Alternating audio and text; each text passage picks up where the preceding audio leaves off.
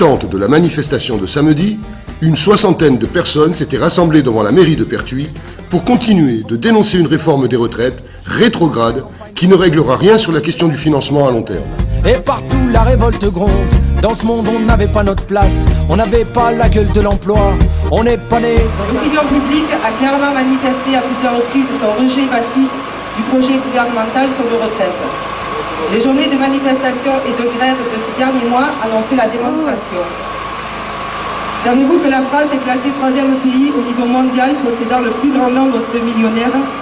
Et soi-disant, on ne pourrait pas faire autrement que de prendre l'argent dans la poche des salariés, des retraités et des privés d'emploi pour financer les retraites. Ce gouvernement use et abuse de mensonges pour essayer d'enrayer la mobilisation, mais rien n'y fait. La bataille des idées et de l'opinion est gagnée. 66% des Français estiment encore que la mobilisation contre cette réforme reste justifiée malgré son adoption au Parlement. La mobilisation s'est inscrite dans le temps proposé. Elle est ancrée profondément au sein de toutes les couches de la société. Moi j'ai voté pour le RMI et j'ai voté pour la retraite à 60 ans, que les choses sont claires.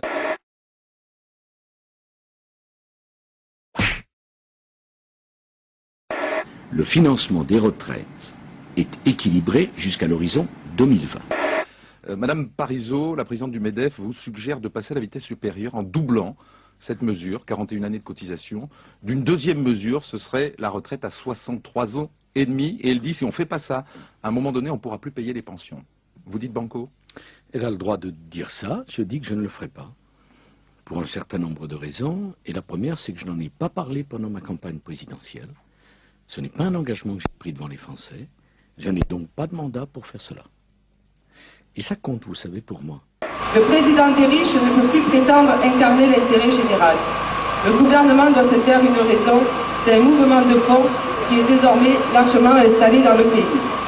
Ce mouvement social engagé depuis des mois, après 9 journées majeures d'action, est bien fondé de demander au président de la République de ne pas promulguer la loi concernant cette réforme rétrograde des retraites. Même voter une loi peut finir aux oubliettes. Ce qui a été fait peut être défait par le rapport de force à l'image du CPE. Nous ne voulons pas de cette réforme.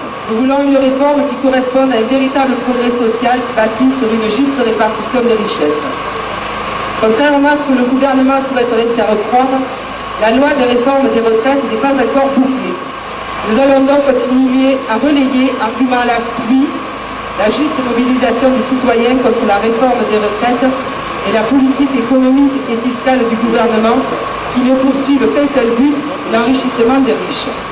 Mais fallait bien qu'un jour on se réveille et que les têtes se remettent à tomber. On lâche rien, on lâche rien, on lâche rien, on lâche rien, on lâche rien, on lâche rien, on lâche rien, on lâche rien.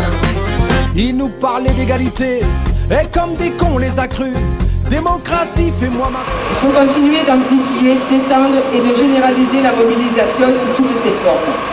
Les syndicats dans les entreprises doivent organiser la tenue d'assemblée générale de syndiqués puis de salariés pour décider avec eux des modalités d'action susceptibles de permettre au mouvement de s'inscrire dans la durée.